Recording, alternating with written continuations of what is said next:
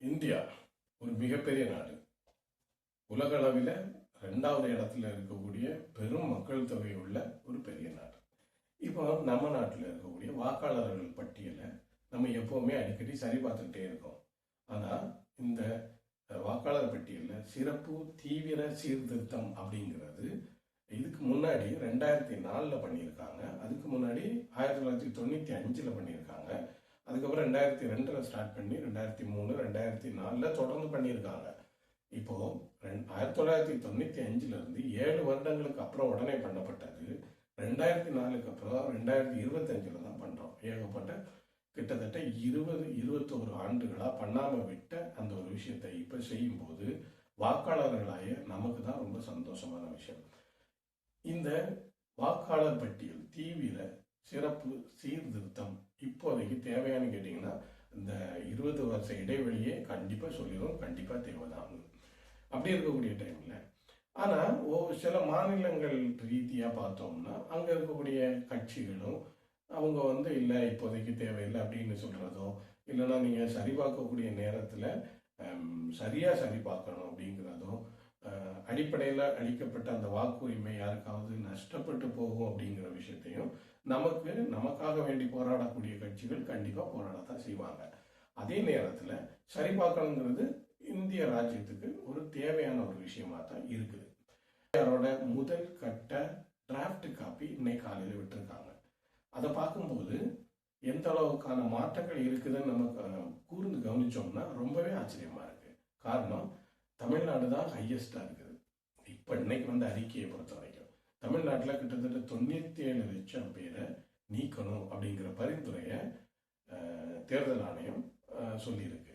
இது பார்த்தீங்கன்னா கிட்டத்தட்ட நம்மளுடைய நேரத்தை உள்ள பெர்சன்டேஜில் இருந்து ரொம்பவே அதிகமான பெர்சன்டேஜை குறைக்கிறோம். கிட்டத்தட்ட 1 கோடி பேரை வாக்காளர் பட்டியலிருந்து நீக்கிறோம் அப்படிங்கிறது ரொம்ப ஆச்சரியமான அதிர்ச்சியான விஷயமும் கூட.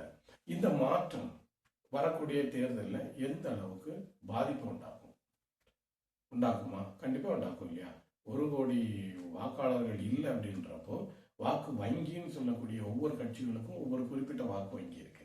அந்த வாக்கு வங்கிகள் கண்டிப்பா பாதிக்கப்படும் போது தேர்தலுடைய ரிசல்ட் எப்படி வேணாலும் மாறலாம். இந்த நேரத்தில் புதுசாக கட்சி ஆரம்பிச்சிருக்க விஜய், டிவிகேவுடைய புதிய சந்திக்கக்கூடிய முதல் தேர்தல், அவங்களுக்கு கிடைக்கக்கூடிய ஓட்டு, இனி நேரத்தே இருக்கக்கூடிய கட்சிகளான நம்ம திமுக, அஇஅதிமுக, மற்ற சில நிறைய கட்சிகள், இவங்களுக்கு கிடைக்கக்கூடிய ஓட்டு, இது எல்லாத்தையும் வச்சு பார்க்கும்போது ஒரு பெரிய மாற்றம் கண்டிப்பா தமிழ்நாட்டில் இருக்க போகுது அப்படிங்கிறதுக்கான முதல் மணியை தான் தேர்தல் ஆணையம் அடிச்சிருக்காங்க. இது பலன் இல்லையாங்கிறது தேர்தல் சமயத்திலையும் அதுக்கு அப்புறம் தான் நமக்கு தெரிய வரும். இப்போ நம்ம இன்னும் கொஞ்சம் டீட்டெயிலாக பார்த்தோம்னா சென்னையில் அதிகபட்சமான வாக்காளர்களை நீக்கணும் அப்படிங்கிறது தான் தேர்தல் ஆணையம் சொல்லியிருக்க பரிந்துரையில் வரக்கூடிய விஷயம். சென்னைன்னு சொல்லும்போது ஆட்டோமேட்டிக்காக நமக்கே புரிஞ்சிடும். அங்கே நிறைய பேர் வேலைக்கு வந்திருப்பாங்க, தொழில் ரீதியாக வந்திருப்பாங்க. சப்போஸ் இந்த 20 வருஷத்தில் அவங்களுடைய வேலைகள் முடிந்தோ இல்லைன்னா தொழில் ஏதாவது நடந்தோ சொந்த ஊருக்கு திரும்பி இருக்கலாம், இல்லைன்னா அவங்களுடைய இறந்தவர்களுடைய லிஸ்ட்டை அப்டேட் பண்ணாமல் இருக்கலாம். இது மாதிரியான காரணங்கள்னால சென்னை அப்படிங்கிற ஒரு பெரிய நகரத்தில் பெருமாதிரியான ஓட்டர்ஸ் லிஸ்ட் மாறி இருக்கு அப்படிங்கிறது பெரிய ஆச்சரியம் ஒன்றும் இல்லை. அதே நேரத்தில் 14 லட்சம் கிட்டத்தட்ட 14 லட்சம் ஓட்டு அங்கே வித்தியாசப்படுது. அப்போ அது கொஞ்சம் ஒரு மாதிரியாக தான் இருக்கும். இருந்தாலும் இது எல்லாத்தையும் சந்திச்சது தான் இந்த வரக்கூடிய தேர்தலில் தமிழ்நாட்டில் இருக்கக்கூடிய அரசியல் கட்சிகள் சந்திக்க போகுதுன்றது நிஜம். இதுல இன்னும் குறிப்பா சொல்லணும்னா இப்போ முதல்வராக இருக்கக்கூடிய ஐயா ஸ்டாலின் அவர்களுடைய தொகுதியில கிட்டத்தட்ட 34% ஓட்டு இல்லாம போகுது. அதுக்கப்புறம் உதயநிதி அவர்களுடைய கரண்ட் தொகுதியிலையும் நிறையவே ஓட்டு இல்லாம போகுது, வாக்காளர்களை நீக்கியிருக்காங்க. ஸோ இது தனிப்பட்ட முறையில் போய் செக் பண்ணியிருப்பாங்க அப்படிங்கிறது என்னுடைய கருத்து இல்லை. பொதுவாக செய்ததுல ஒவ்வொரு தொகுதிகளை மென்ஷன் பண்ணி சொல்றோம். இனி அடுத்த தேர்தலில் அவங்கவுங்க எந்தெந்த தொகுதியில் நிற்கிறதுக்கு கட்சிக்காரங்க முடிவு எடுக்கிறாங்கன்றது அவங்கவுங்கள வசதியை பொறுத்ததான் அமையும்.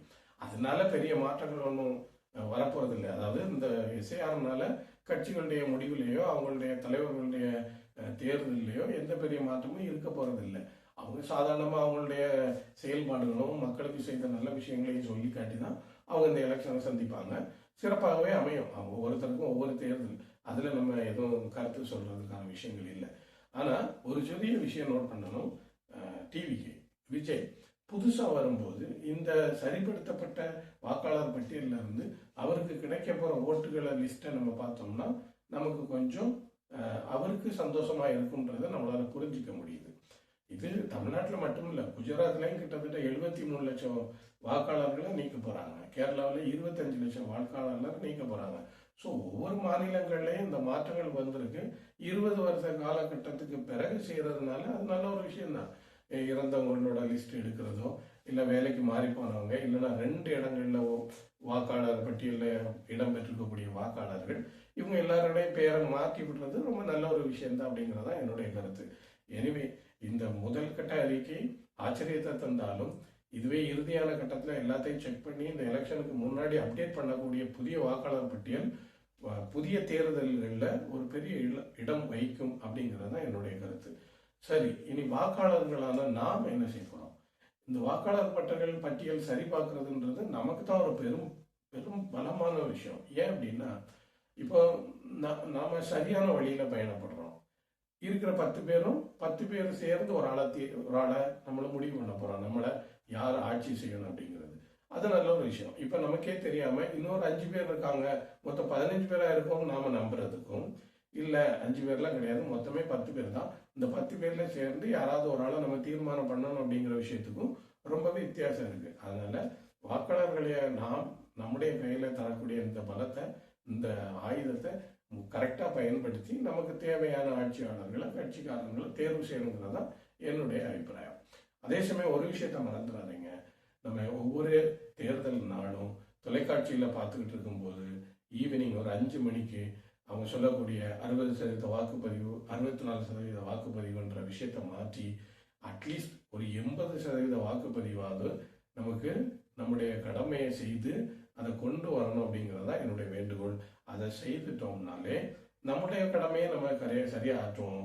மற்றவங்க ஆட்சியாளர்களும் சரி, கட்சிக்காரர்களும் சரி, அவங்க செய்யக்கூடிய வேலைகளை அவங்க செய்வாங்க அப்படிங்கிறது தான் என்னுடைய கருத்து. இந்த வீடியோ இஷ்டப்பட்டா ஒரு தடவை லைக் பண்ணிடுங்க, ஷேர் பண்ணிடுங்க. அப்புறம் இன்னொரு வீடியோவில்